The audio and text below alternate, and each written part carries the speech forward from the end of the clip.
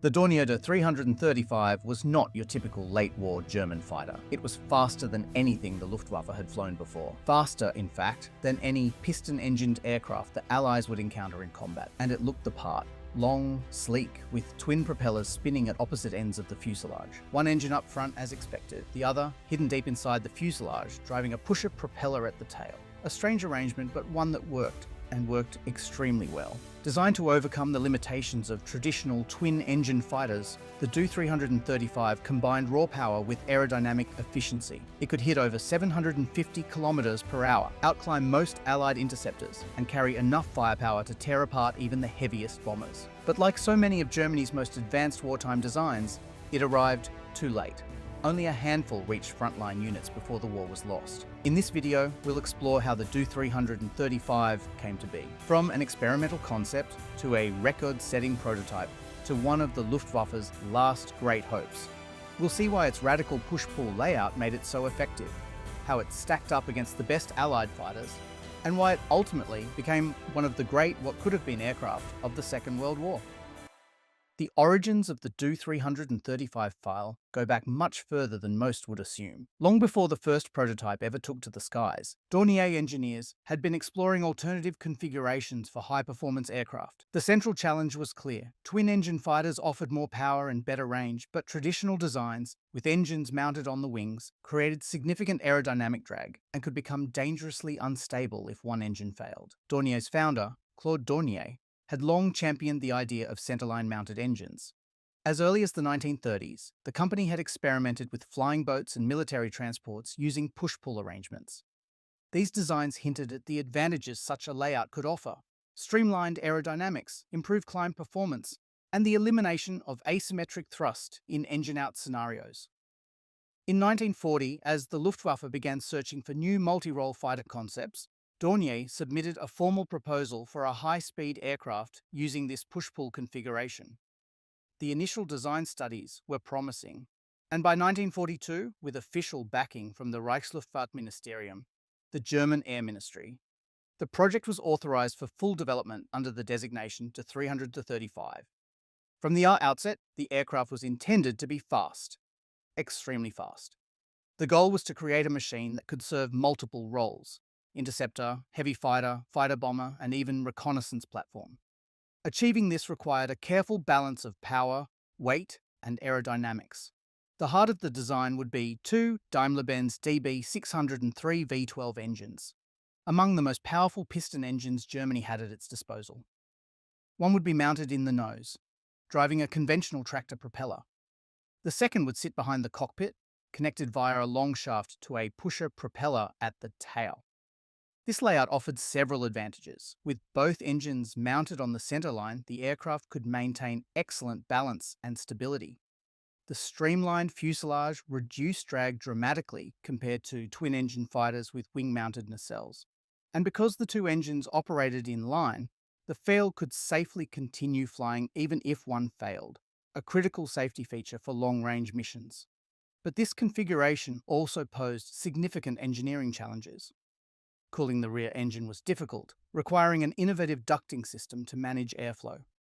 The drive shaft running beneath the cockpit had to be robust enough to handle the rear propeller's power without introducing dangerous vibrations. And the aircraft's structural integrity had to be carefully managed to cope with the combined stresses of two powerful engines and high-speed flight.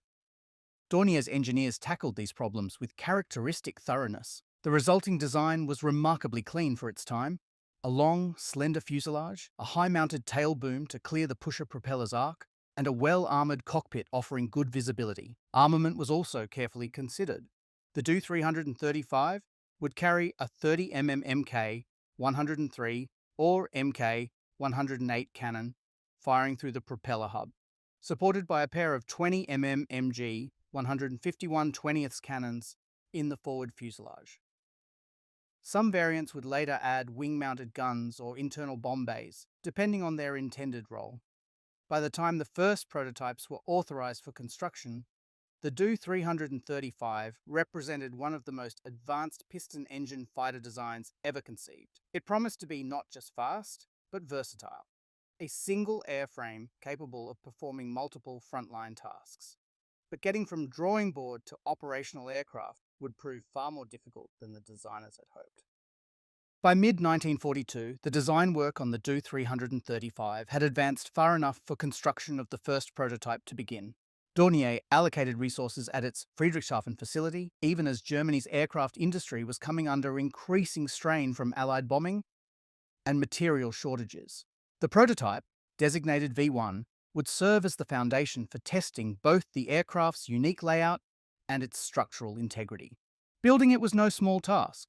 The DB603 engines were among the largest V12s in service, and fitting two of them into a narrow fuselage required meticulous planning. One of the most complex elements was the rear drive shaft, a long, precision-engineered component that transferred power from the rear-mounted engine to the tail-mounted pusher propeller. This shaft ran beneath the cockpit floor, surrounded by specially designed supports to minimize vibration and ensure smooth operation at high power settings. Cooling was another major hurdle. The front engine could rely on conventional airflow through a large nose-mounted intake, but the rear engine sat deep within the fuselage. Engineers devised an elaborate system of side-mounted radiators and ducting, carefully integrated to avoid disrupting the Pfeil's clean aerodynamic lines. Landing gear design also presented challenges. To maintain a low drag profile, the Do 335 used a tricycle undercarriage, a rarity among German fighters of the era. This configuration improved ground handling and visibility during takeoff and landing, but required careful weight distribution to prevent tipping or structural stress on the nose gear. The first prototype, Do 335 V1, was completed in late September 1943. Painted in a standard RLM grey-green scheme, it presented an imposing figure, long and lean with a distinctive cruciform tail designed to clear the rear propeller's arc and provide additional stability. Flight testing began on October 26, 1943, with Dornier test pilot Hans Dieterle at the controls. Initial reports were positive. The Pfeil handled well in flight with stable, predictable characteristics and excellent climb performance.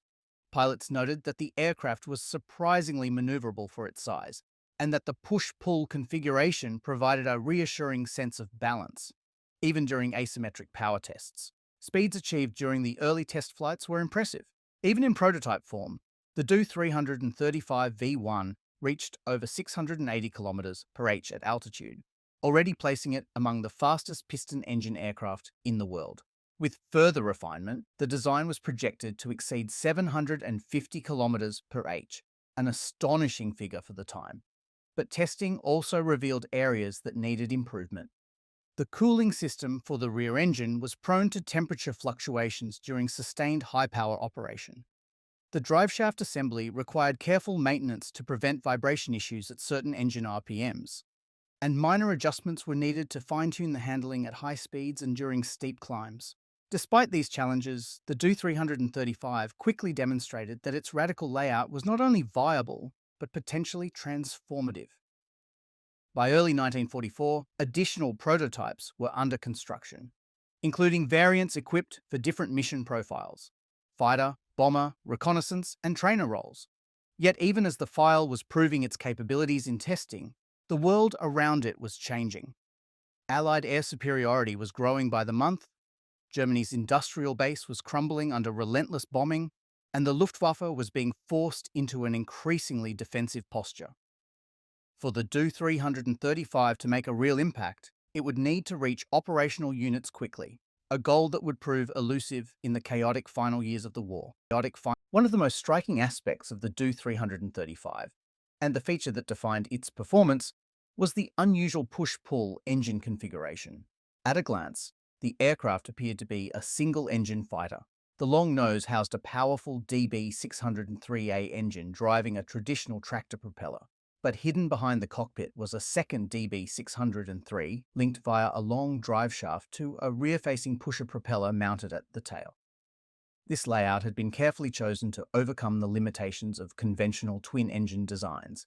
Standard twin-engine fighters of the era, like the Messerschmitt Bf 110 or de Havilland Mosquito, relied on engines mounted in nacelles on the wings. While this provided plenty of power and additional space for fuel or armament, it also introduced significant aerodynamic penalties. The added drag of engine nacelles reduced top speed and increased fuel consumption. More critically, these designs suffered from dangerous asymmetric thrust if one engine failed, a common cause of fatal accidents. The push-pull configuration avoided these issues entirely. By placing both engines along the aircraft's centerline, Dornier's engineers ensured perfect thrust symmetry. If one engine failed, the Pfeil would continue flying straight and level, with only a reduction in power, not an uncontrollable yaw. Aerodynamically, the layout was extremely clean. Without bulky nacelles to disturb airflow over the wings, the Do 335 achieved a remarkably low drag profile. Combined with the power of two DB603S, this allowed the aircraft to reach speeds that no other piston fighter could match. But the configuration also introduced unique engineering challenges. The rear driveshaft had to transmit nearly 1,750 horsepower from the rear engine to the pusher propeller. It ran beneath the cockpit floor, carefully balanced and supported to minimize vibration. Even slight imbalances at high RPM could cause destructive harmonic oscillations, a problem that required extensive testing and refinement. Cooling the rear engine was equally complex. Conventional airflow through the fuselage was insufficient, so engineers installed large side-mounted radiators with carefully designed ducting to channel air over the engine block and cylinder heads. Even so, managing engine temperatures during sustained high-power climbs remained a constant concern during testing. The tail design was another area shaped entirely by the push-pull layout. The vertical and horizontal stabilizers were mounted on twin booms, forming a cruciform tail that provided clearance for the rear propeller's arc while maintaining stability and control authority. Flight testing soon demonstrated that the configuration worked remarkably well. Pilots reported smooth handling and excellent acceleration. The absence of asymmetric thrust made engine-out scenarios far less dangerous than in conventional twins. Perhaps most impressively, the Do 335 combined the raw power of a twin-engine aircraft with the agility and handling characteristics of a much smaller fighter. Its climb rate exceeded that of many contemporary interceptors, and its top speed made it effectively untouchable to all but the fastest Allied aircraft. Of course, no design is without trade-offs.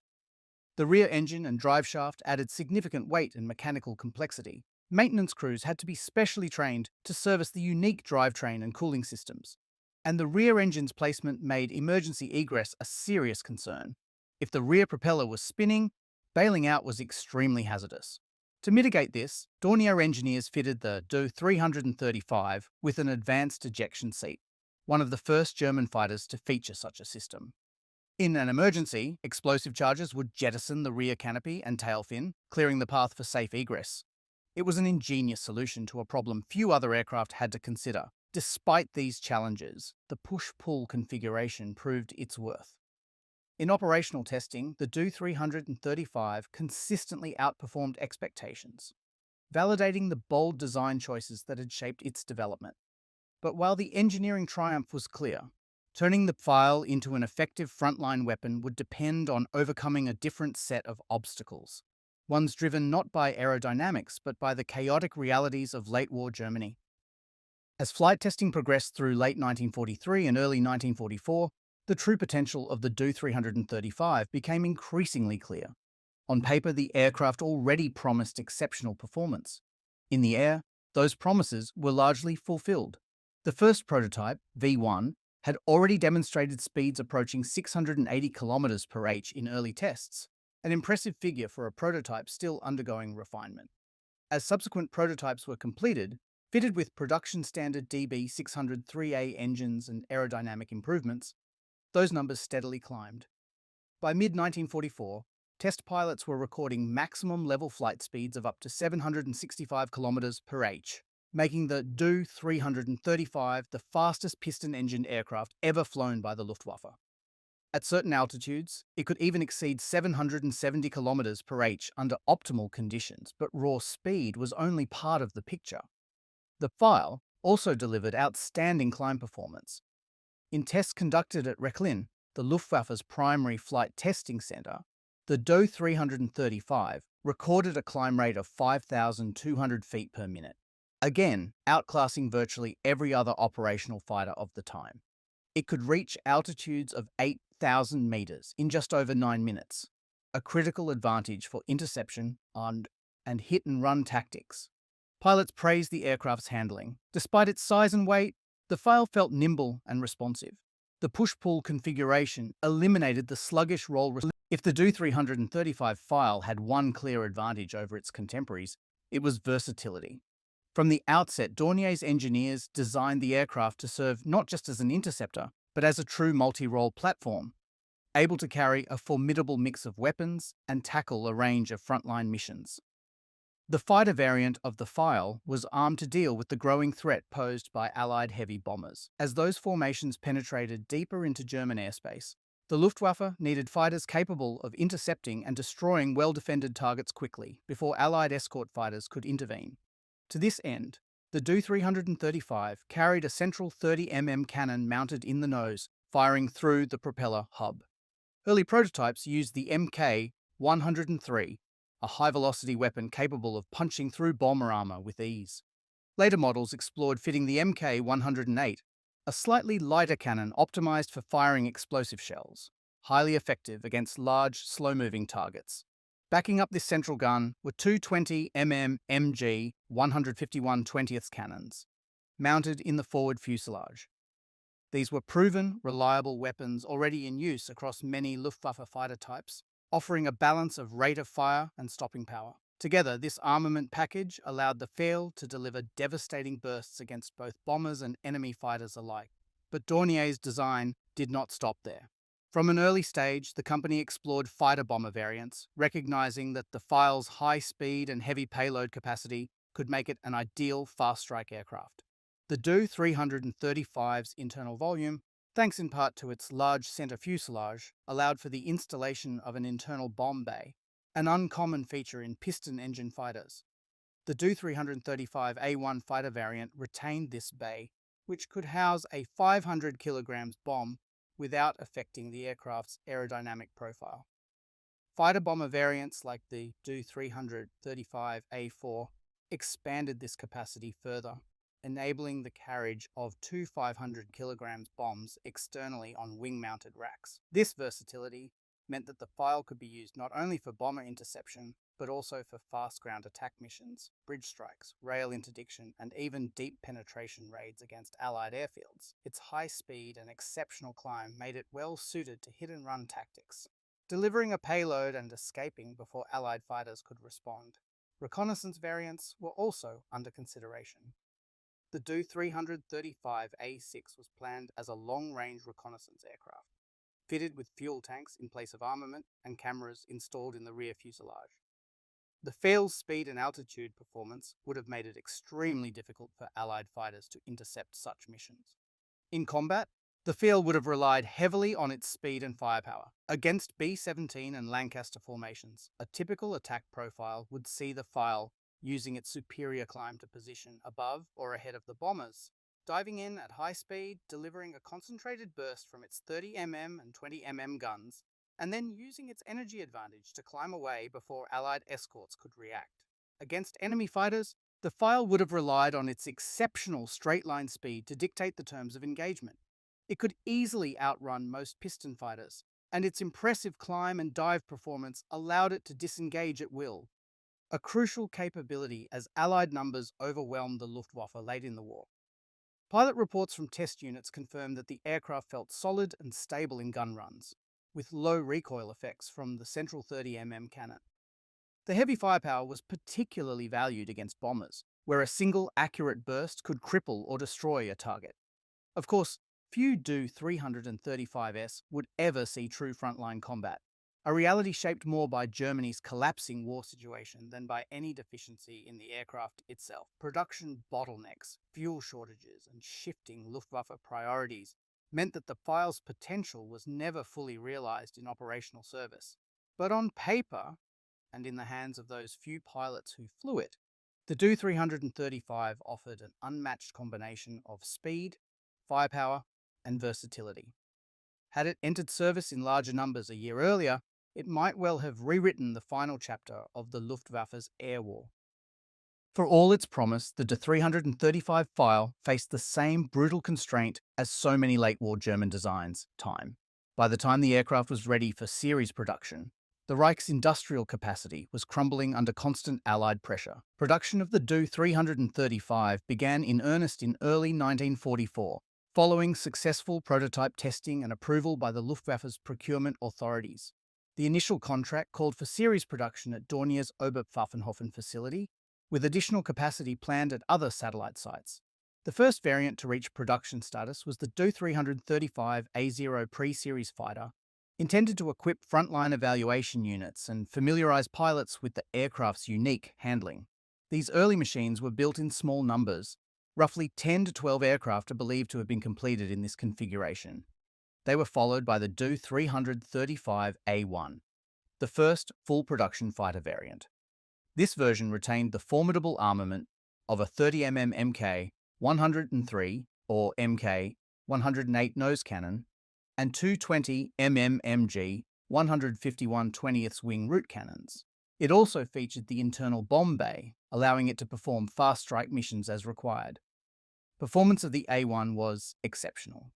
In Luftwaffe trials, it easily surpassed all other piston fighters in speed and climb. Pilots praised its handling, firepower, and stability, though they also noted the aircraft's complex maintenance requirements, particularly regarding the rear engine and driveshaft. A small number of Do-335A1S were delivered to operational units, notably Erprobungskommando 335, a special test and evaluation group formed to explore the Pfeil's combat potential.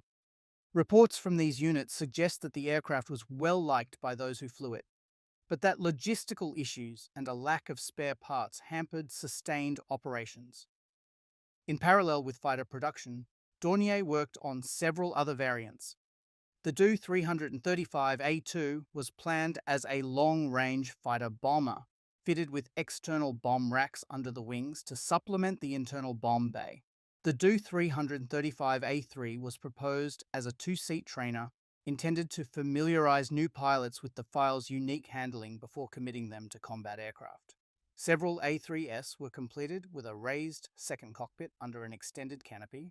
The Do-335A4 was envisioned as a dedicated fighter bomber, optimized for fast strike missions. The Do-335A6 was a planned reconnaissance variant, with cameras installed in place of the bomb bay and additional fuel for extended range. The Do-335B series represented the most ambitious planned evolution. The Do-335B1 was to feature heavier armament, including two Mk-103-30mm wing-mounted cannons, significantly increasing its firepower against both bombers and ground targets. The Do-335B2 bomber variant aimed to carry a larger bomb load and was fitted with modified wings and strengthened landing gear. Finally, the Do-335B4 reconnaissance aircraft was intended to replace the A6 in the long-range photo reconnaissance role. Several Do-335B series prototypes were under construction at Dornier's facilities by the final months of the war. Some were completed and flown, though exact production numbers remain difficult to verify due to chaotic record-keeping in the war's final days. In total, it is estimated that fewer than 40 complete Do-335 airframes were finished before Germany's surrender, including all prototypes, pre-series aircraft, and early production variants. Many more were in various stages of assembly when production ceased. Had the war continued, Dornier had ambitious plans to expand Pfeil production significantly. The aircraft was slated to equip several frontline Luftwaffe units in both fighter and fast bomber roles. A large order had been placed, with monthly production targets aiming for several hundred airframes once full-scale manufacturing ramped up. But as 1945 progressed, Allied bombing and the rapid advance of ground forces made this target impossible to achieve. The Pfeil remained, in the end, a remarkable example of engineering brilliance overtaken by the harsh realities of a collapsing war effort. Even so, the variants that were built and the ambitious plans for future developments stand as a testament to the design's versatility. The Do-335 was not a one-role aircraft. It was a platform, one that could have evolved into one of the most capable multi-role piston fighters of its era had it been given the time to mature. By the time the Do-335 Pfeil was ready to enter operational service, the war situation had changed dramatically. Germany was on the defensive across all fronts, and the Luftwaffe was struggling to maintain even basic fighter coverage over its own airspace. Yet despite these challenges, the first operational Do 335S were delivered to Erprobungskommando 335, a dedicated test and evaluation unit formed to prepare the aircraft for frontline deployment. Based at Rechlin, this unit received its first A0 and A1 aircraft in late 1944. Pilots assigned to the unit reported overwhelmingly positive impressions. The Pfeil offered speed and climb performance unmatched by any other piston-engined aircraft they had flown. In simulated bomber interception exercises, it consistently outpaced its targets and demonstrated excellent stability during high-speed firing runs. Operational tactics focused on exploiting the aircraft's key strengths. Against Allied heavy bombers, the Pfeil would use its climb rate to position above the bomber stream, then execute fast diving attacks, delivering concentrated bursts from its central 30 mm and wing-mounted 20 mm cannons. Its speed allowed it to engage fire and disengage with far less exposure to defensive fire than slower interceptors like the FW-190 or BF-109. When facing enemy fighters, the Do 335 adopted similar energy tactics. It could outrun nearly every Allied piston fighter, including the P-51 Mustang and Spitfire McGeo's team. This allowed Pfeil pilots to choose when and where to fight, using their superior speed and climb to disengage at will if outnumbered. In terms of raw performance, the Do 335 gave the Luftwaffe a genuine technological edge. But by early 1945, technology alone was not enough. The Luftwaffe's ability to sustain frontline operations was collapsing. Fuel shortages meant that even the few Do 335S available often remained grounded, or flew only limited sorties. Spare parts were scarce, and maintenance crews struggled to keep the complex push-pull drivetrain operating reliably under field conditions. Furthermore, Germany's airfields were under constant threat. Allied fighter bombers ranged freely across much of German airspace, making it dangerous even to taxi for takeoff. Several Do 335S were destroyed on the ground before they could be used in combat. As a result, the Pfeil saw very limited operational use. A small number of missions were flown by Erprobungskommando 335 in early 1945, primarily as high-speed reconnaissance or emergency interception sorties. There are no confirmed records of a Do 335 shooting down an Allied aircraft in combat, though some post-war accounts suggest it may have engaged Allied fighters in scattered skirmishes. More often, the Pfeil was used for high-speed courier and reconnaissance flights, where its exceptional performance allowed it to evade Allied patrols and deliver critical intelligence or personnel across rapidly shrinking German-held territory. In the final weeks of the war, additional aircraft were delivered to JG-26, a frontline Luftwaffe fighter wing. These were intended to provide a fast interception capability against Marauder and Mosquito raids, as well as Allied bomber streams. But by this point, JG-26 was in disarray, and the Pfeil's introduction came too late to affect the outcome. When Germany surrendered in May 1945, only a handful of Do 335S remained airworthy. Many had been destroyed in air raids, captured on assembly lines, or disabled to prevent Allied capture. Among the surviving aircraft, several were quickly seized by Allied forces. American and British intelligence were keenly interested in the Pfeil's design, recognizing that it represented the pinnacle of piston-engine fighter technology. At least 10 examples were shipped to Allied test centers for detailed evaluation. Allied pilots echoed their German counterparts in praising the aircraft's speed, climb, and handling.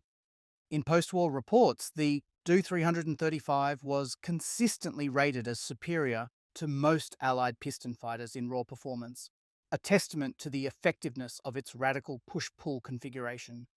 Yet its operational history remains a story of unfulfilled potential. The Pfeil arrived too late, in too small numbers, and in a world already dominated by jet aircraft.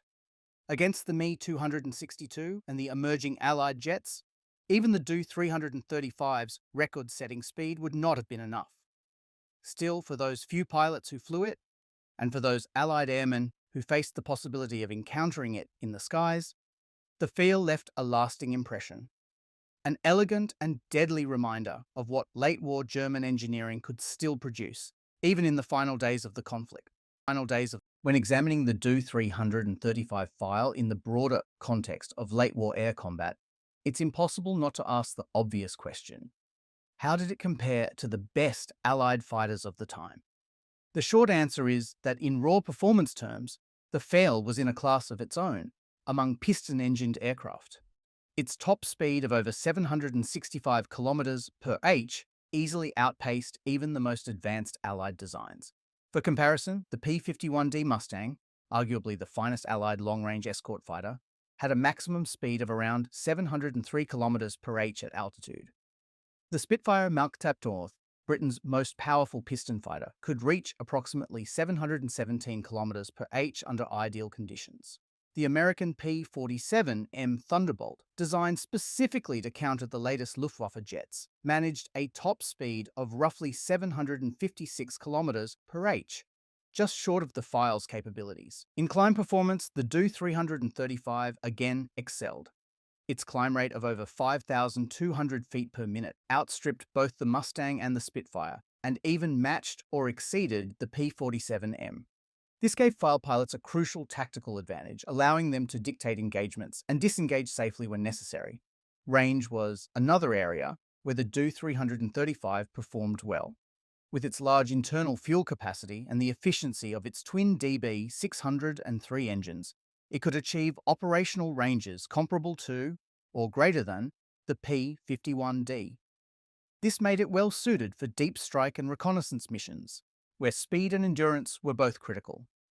Where the Pfeil truly stood apart, however, was in its energy fighting potential. With its exceptional speed and climb, it could enter combat with a significant energy advantage, execute fast hit-and-run attacks, and climb away before enemy fighters could respond effectively. But performance isn't the whole story. Combat effectiveness also depends on factors like handling, armament, survivability, and operational context. And here the comparisons become more nuanced. In terms of handling, Allied pilots who test flew captured Do 335S reported that the aircraft was remarkably stable and responsive, especially given its size and weight. The push-pull layout eliminated the dangerous asymmetric thrust issues common in conventional twins, and the cruciform tail provided excellent control at all speeds. That said, the Pfeil was not as agile in turning combat as lighter single-engine fighters like the Spitfire or Mustang.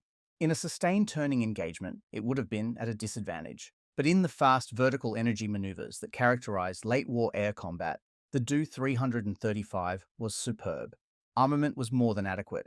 The central 30mm cannon, combined with twin 20mm cannons, gave it firepower equivalent to, or superior to, most Allied fighters.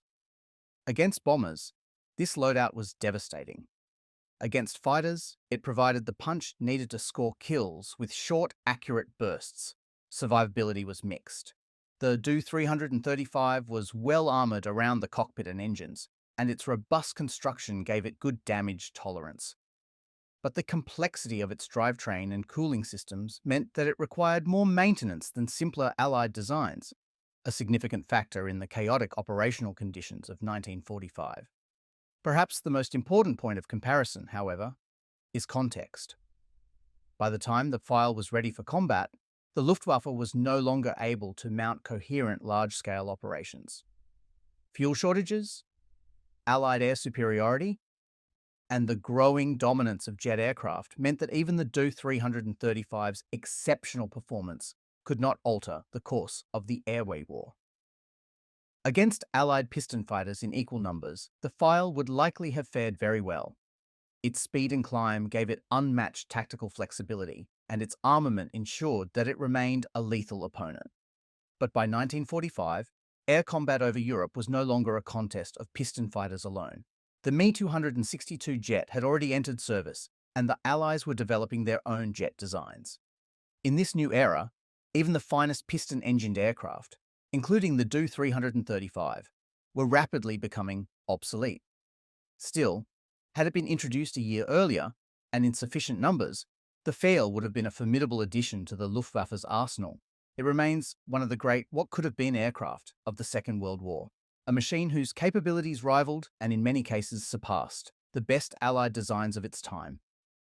For all its remarkable engineering and performance, the Do 335 Pfeil was ultimately a victim of its timing.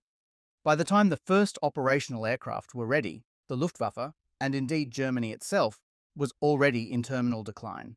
The project had faced delays from the outset.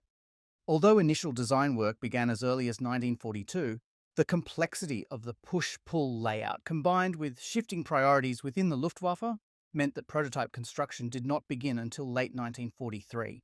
Even then, Dornier struggled to source the necessary engines, components, and materials as Germany's industrial base came under increasing strain.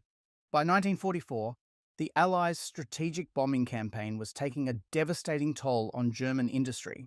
Aircraft plants were dispersed, supply chains were disrupted, and fuel shortages became increasingly severe. Projects like the Do 335, which required careful assembly and highly trained maintenance crews, were particularly vulnerable to these pressures. At the same time, Luftwaffe priorities were shifting rapidly. The introduction of the Me-262 jet fighter captured the attention of both military leaders and the Nazi political establishment. Jet aircraft promised to deliver the performance advantages that piston designs like the Do 335 could no longer match. As a result, resources and production capacity were increasingly diverted toward jet programs, leaving Dornier to struggle with limited support for Pfeil production. Compounding these issues was the relentless advance of Allied forces. By mid-1944, Germany was fighting a defensive war on all fronts. Airfields were under constant threat from Allied fighter bombers, and the Luftwaffe was forced to prioritize maintaining basic air defense coverage rather than introducing complex new aircraft types. Even where Do 335s were delivered, operational use was hampered by fuel shortages. High-performance aircraft like the Pfeil required large quantities of high-octane fuel, a resource that was in critically short supply by 1945. Many Do 335s were grounded simply because there was no fuel available to fly them. Maintenance was another limiting factor. The push-pull drivetrain and advanced cooling systems required careful upkeep, but by 1945, Luftwaffe ground crews were stretched thin, spare parts were scarce, and many airfields lacked the proper tools and facilities to support such an advanced design. Perhaps most importantly, the Do 335 had simply arrived too late to alter the strategic situation. Even if the aircraft had entered full-scale production and been delivered in significant numbers, it is unlikely that it could have reversed the Luftwaffe's fortunes. By the final months of the war, Allied air superiority was overwhelming. P-51 Mustangs and Spitfire Mustang patrolled German skies in massive numbers. Radar-guided intercepts made surprise attacks difficult, and the first Allied jets were beginning to appear. No matter how fast or capable the Do 335 was, it could not fight alone against such odds. In a different timeline, had the Pfeil been introduced in large numbers in 1943 or even early 1944, it might have had a greater impact. Its combination of speed, firepower, and range would have made it a formidable bomber interceptor and reconnaissance platform. But by 1945, the window of opportunity had closed. The Pfeil's story is not unique. Many advanced German aircraft faced similar fates, excellent designs that arrived too late in too few numbers to make a difference. The Luftwaffe's reliance on increasingly complex and ambitious projects in the final years of the war was a reflection of desperation, not strategy. Yet even within this grim context, the Do 335 remains a remarkable achievement. That it flew at all, and performed as well as it did, is a testament to the skill and determination of Dornier's engineers and test pilots. Today, it stands as a poignant reminder of what late-war German aviation was capable of producing, and of how even the finest aircraft can be rendered irrelevant by the broader tides of history. Though the Do 335 Pfeil saw only limited operational use, several examples did survive the war, offering modern audiences a rare glimpse of what was, in many respects, the most advanced piston engine fighter of its time.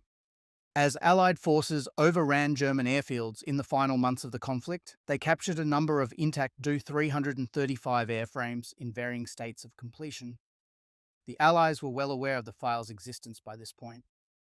Allied intelligence reports had already identified it as a potential high-speed interceptor, and its unique push-pull layout had attracted considerable interest. American forces in particular were eager to obtain flyable examples for evaluation. Under the Operation Seahorse program, Designed to recover advanced German aircraft for testing in the United States, several Do-335s were earmarked for shipment to the US. The most famous of these was Do-335A0, Werknummer 240102, a pre-series aircraft captured largely intact at the Oberpfaffenhofen factory in April 1945. After a brief period of flight testing in Germany, it was disassembled and shipped to the United States aboard the aircraft carrier USS Reaper.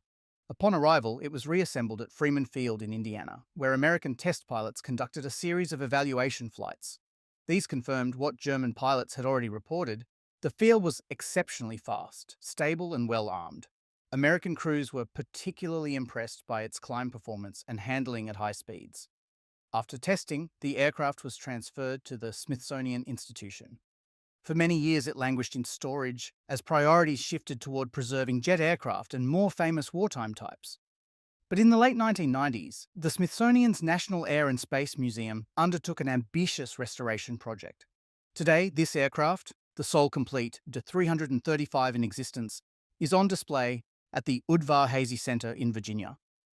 Restored to pristine condition, it offers an unparalleled opportunity to examine the Pfeil's innovative engineering up close. Visitors can see the massive DB603 engines, the intricate rear drive shaft, and the clean aerodynamic lines that made the Do-335 so exceptional. Other surviving airframes did not fare as well. Several additional Do-335s were captured by British and French forces. The British sent at least one Pfeil to the Royal Aircraft Establishment at Farnborough for evaluation, but it was later scrapped. Another example was reportedly shipped to France, though its ultimate fate remains unclear. Most remaining Do-335s, including many on the assembly line, were destroyed during the chaotic final weeks of the war or scrapped in the immediate post-war period. Beyond the surviving aircraft, the Do-335 left a subtle but lasting influence on post-war aviation thinking. The push-pull layout was explored in several post-war experimental aircraft, though the rapid rise of jet propulsion soon rendered piston engine innovations largely obsolete. In many ways, the Pfeil marked the culmination of piston engine fighter design, a machine that pushed the limits of speed, power, and versatility as far as the technology of the time would allow. Today, it is remembered not only as a technical marvel, but also as a symbol of missed opportunity. Had it entered service in large numbers earlier in the war, it could have posed a serious challenge to Allied air superiority. As it was, it became another example of too little, too late. A brilliant machine overtaken by the harsh realities of war. Yet for aviation enthusiasts and historians, the Do-335 remains a source of enduring fascination. Its story is a testament to the ingenuity of its designers, the skill of its pilots, and the extraordinary, if ultimately futile, efforts of the Luftwaffe's engineers to stem the tide of Allied air power in the closing months of the Second World War. And that brings us to the end of today's look at the Do-335, a fascinating aircraft, one that showed just how far piston engine fighter design could be pushed, even as the jet age was beginning to take hold. If you enjoyed this one, and would like to see more stories of late war aircraft, whether they flew in combat or remained as prototypes, do let me know in the comments. I'm always keen to hear which machines you'd like covered next. And on that note, there'll be another new video coming very soon, so keep an eye out for that. But for now, thanks again for watching, take care, and I'll see you all in the next one.